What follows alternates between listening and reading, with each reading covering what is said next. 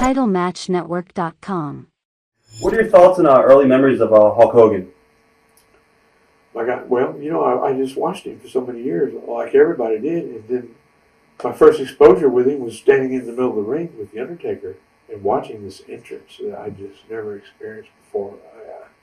And never since, probably, I guess. When I was a kid, we'd go when I was like 12, 13. We call it the Hogan chill. First time you see, it's like goosebumps. Yeah, exactly. It was crazy. And to be a part of that, and to be standing in the middle of the ring with the Undertaker, and here he comes.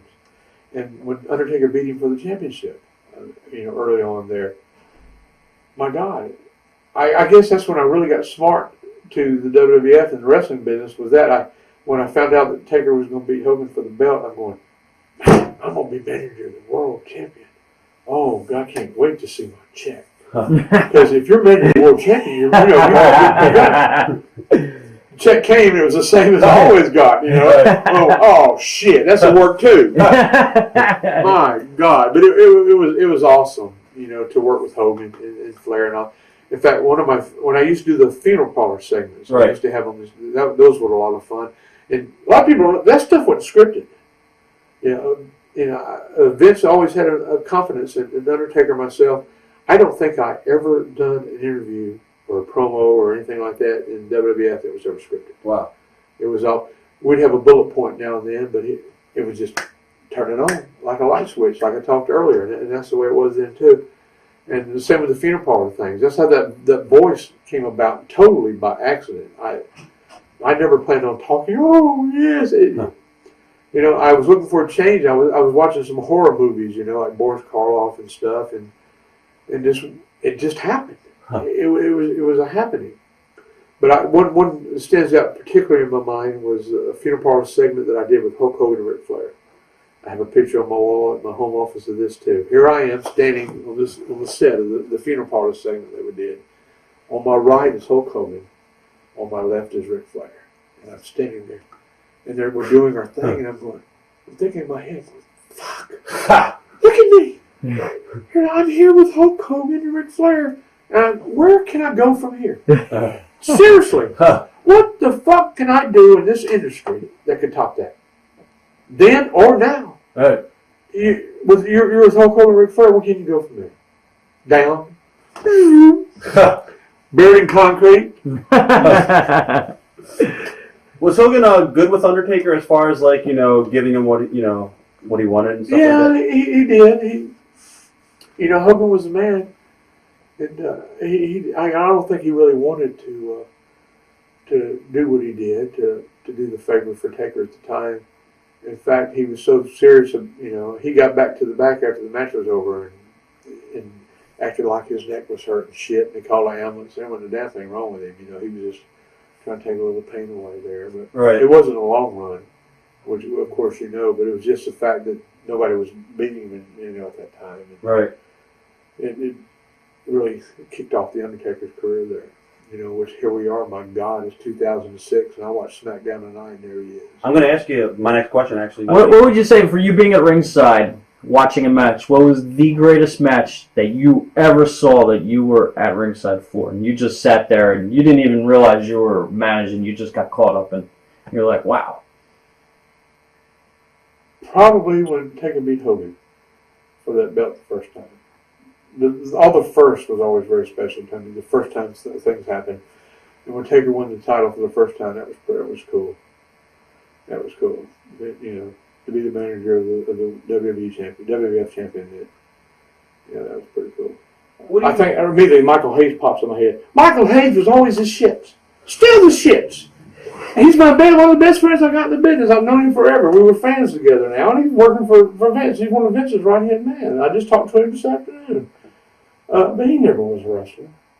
He was out there doing his strutting and stuff. I can remember we'd be going down the road. He'd have his long blonde hair, man, with, Percy, man, I got an idea. So, man, we're going to play Freebird. Me and Terry Gordy, we're going to wear the Confederate flags and shit. We're going to call ourselves the Freebirds. Yeah, Michael. Yeah, Michael. It was always, yeah, Michael. I just say, yeah, Michael, to keep him shut up. Because he just, yeah, Michael. Yeah, Michael. Yeah, Michael. I'll be down. Who would ever thought? The Freebirds, one of the greatest tag teams, that revolutionized our sport next to the Von Erich family. Were you ever, I guess, turned off at any time during your training, like, saying, "Oh, this business isn't for me"? Nope. Okay. No, never did. It's just turned on. They actually had you wearing a mask too early on, right? Yeah. Well, back then, the enhancement talent, the job boys, and any chance I had a chance to get in the ring, of course, I took it. And they need somebody to do a job or a match guy. There's a lot of match guys back then, I went as Mr. X. I went as the Embalmer, believe it or not. Yes, this is back in the 70s. The right. Embalmer, the Mortician. So I was the Undertaker before there was an Undertaker! Oh, yes. What are your memories of International Championship Wrestling? That's where I really got my first break. It was in Mississippi. It was run by a gentleman named George Culkin. He used to wrestle back years ago as George Curtis. There was the Curtis brothers, George Curtis and Don Curtis, and there was a couple other Curtis. They were big in Tennessee, right? Yeah, the Curtis brothers. Well, it was kind of part of the Leroy McGirt, Bill Watts regime there, and this was 1978, and I don't know the reason of the business ends behind it, but they took Mississippi and kind of cut it off and gave it to George Culkin to run, and it was called International Championship Wrestling, and they ran the whole state of Mississippi, top to bottom. We had TV in every city. We worked 6 days a week, which was it was really my first real territory. Not only my first real territory, it was Michael Hayes' first territory, it was Terry Gordy's first territory, Kamala, Jim Harris, a dear friend of mine. I was his first manager in his first match in the business there. And Rip Rogers, if you've ever heard of him, he's one of the trainers for OVW. I'm trying to think of some of the other guys that went through there. Troy the Hippie Graham, you remember Dream him? Dream Machine. Boy, you just want Anyway, a lot of us came through there, and Frankie King, the great Mephisto, was the booker there, and I cherish Frankie. We have a Gulf Coast reunion that comes up. We do every year. This year, 2006, will be our 15th reunion, and I always get to see all these guys. They all come. It's down in Mobile, Alabama, in the first weekend of March, and I get to see Frankie. And Frankie's one of the named me Percy Pringle. And it's kind of ironic there that. They needed somebody to work one night, and a couple of friends of mine that worked the territory back then. The promoter for the Mobile territory, their name was Fields. Their working name was Fields. Their real name was Hatfield, and they're intertwined with the Fuller family, the Welch family. The Fields brothers' mother was Buddy Fuller's sister, so the families all entwined there. Anyway, long story short, Ricky Fields, who's the son of Lee Fields, who was a promoter there, and he had a partner named Terry Latham, and they helped train us and stuff. He called one day and said, "We need somebody over in Vicksburg, Mississippi tonight. You want to go?" "Hell yeah, I want to go." So I jumped in the car with him and went up, and I worked against Dr. X, who was Jim Osborne at that time, and he was one of the. I think he was Dr. Double X back in the day when Dick Beyer was the original Dr. X. Jim Osborne was Double X. Anyway. Had a match with him in Vicksburg, and he said, "Well, can you come to Biloxi the following night?" Biloxi's just right down the road from my home in Mobile, 40 minutes away. So I did, and it was in the brand new Mississippi Coast Coliseum there. It was brand new, it just opened. So I had another, right off the top of my head, I can't remember who I wrestled that night, but I wrestled somebody. But I remember coming back to the dressing room, and Frankie King, Mephisto, pulled me to the side and goes, "Bill, have you ever thought about being a manager?" And I kind of went, well, is he saying that I'm the shits? That I don't need to be a wrestler? Or is he complimenting me for saying that I should be a manager? And I never thought about being a manager. You want to be a wrestler, you want to be a wrestler. Managers kind of, never thought about me. He said, "Well, let's try it. We're going to call you Percy Pringle." I went, "Percy?" I didn't say nothing. I went, "Percy Pringle." So he sent me to the ring that night in the main event with two guys, two Samoan guys, their name was Tapu and Tio. They're brothers, legit brothers. But back then they were going as the Mongolians. So I went to the ring that night with the Mongolians as Percy Pringle. And I've been Percy Pringle ever since.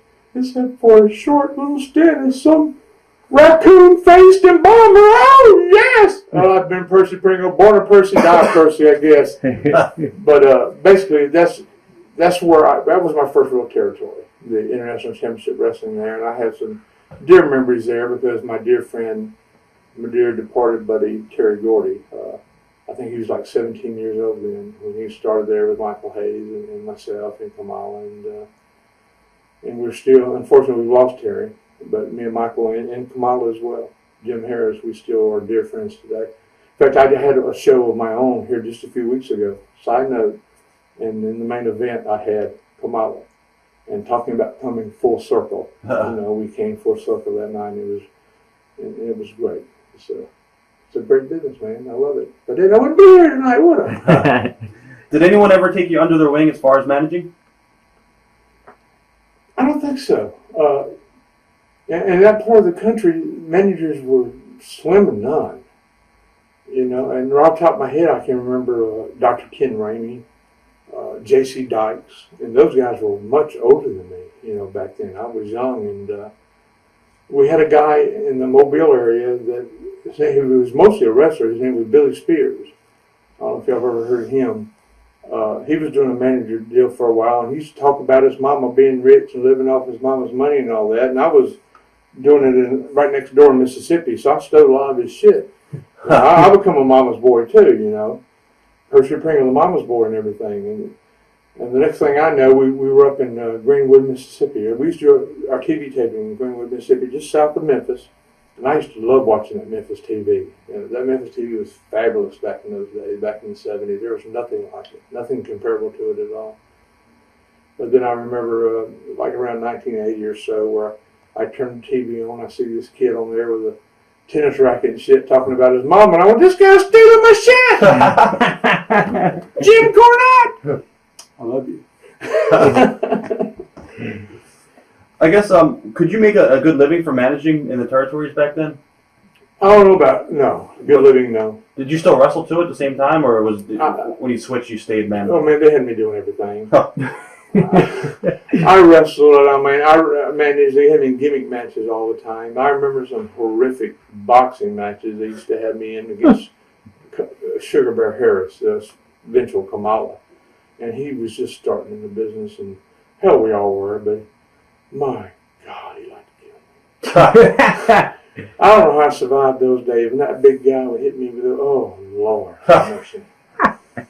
But we basically kind of done it all, and that's where I learned, and it's really kept me surviving all these years in this business, because Frankie King taught me, he goes, Percy, you're a manager, but find me something else to do in the business, whether it's working in the office or, anything. Find something, you need to find something else to do besides managing, in which I did, and that's what I've always done since I've been in the business.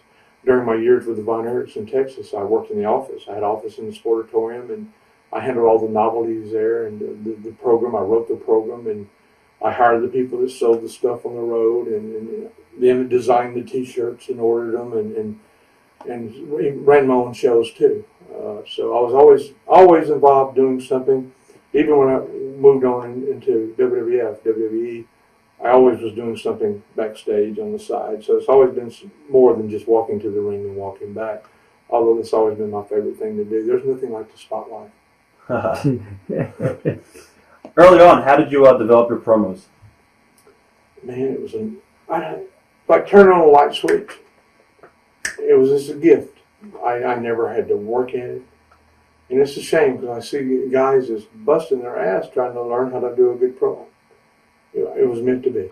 I was born with it. I was born with the gift of gab, like I said earlier, and I never had to work at it. And it was just really easy for me. And later in the later years with Vince, I never had a promo scripted. It was always just like, and I wouldn't even think about it. In fact, I would intentionally not think about what I was going to say. I would just say, just give me the subject, and I'll talk about it. Throw a subject in there, and I'll talk about it. It's like Jimmy Cornette, So we were just blessed. We really were.